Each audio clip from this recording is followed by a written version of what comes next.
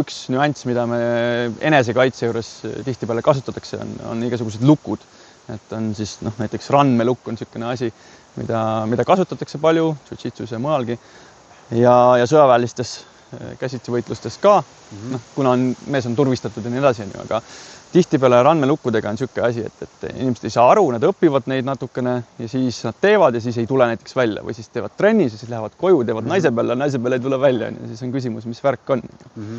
Et siin on nagu lihtsalt võib-olla inimkeha või anatoomia mõistmine ja mehhanismid, mis töötavad ja mehhanismid, mis ei tööta ja siis kuidas nad töötavad.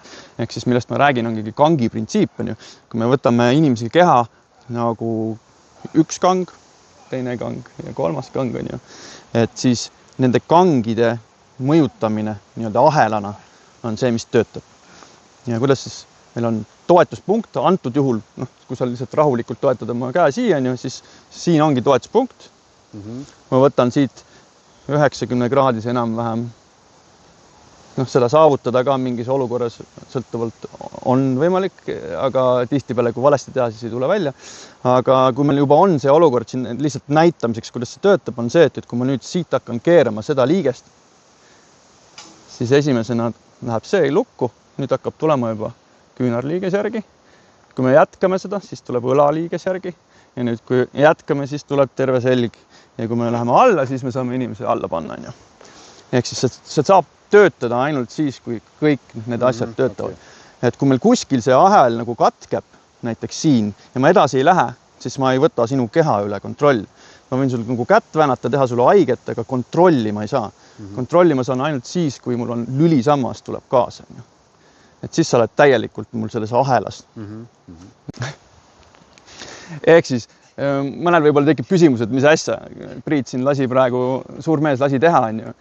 Näitasin, kuidas see süsteem töötab, aga jällegi, mis juhtub, ongi see, et tuleb inimene, kes on tugev teile vastu, sa võtad siit kinni, hakkad väänama. Tema ei lase, tema ütleb, ma ei taha, et sa mind väänad. Ja vaata, mis siin on, mina selle vastu ei saa.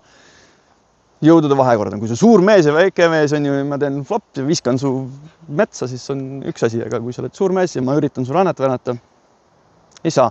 Ehk siis siin on meil erinevaid tundlikud punktid, mis lülitavad siis välja lihased, antud juhul siis need, mis rannet hoiavad.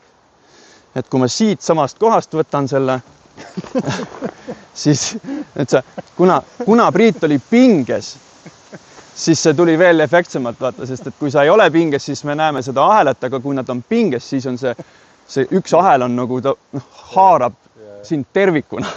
Et selles mõttes olles lõtv mõjutab see sind vähem, oled sa pinges üleni, siis on nagu veel halvem variant. Aga point on selles, et neid punkte vaja teada suundasid ja on vaja aru saada sellest, kuidas need töötavad. Jällegi, pole olemas 100%, mõned inimeste peal ei tööta. Ma olen ise treeninud inimesi ja olen leidnud paar tükki, kelle peal ei tööta või vähemalt siis minu oskustega ei tööta. Siis on vaja väikseid teisi nüansse ja siis töötab. Aga kombinatsioonina kindlasti töötab.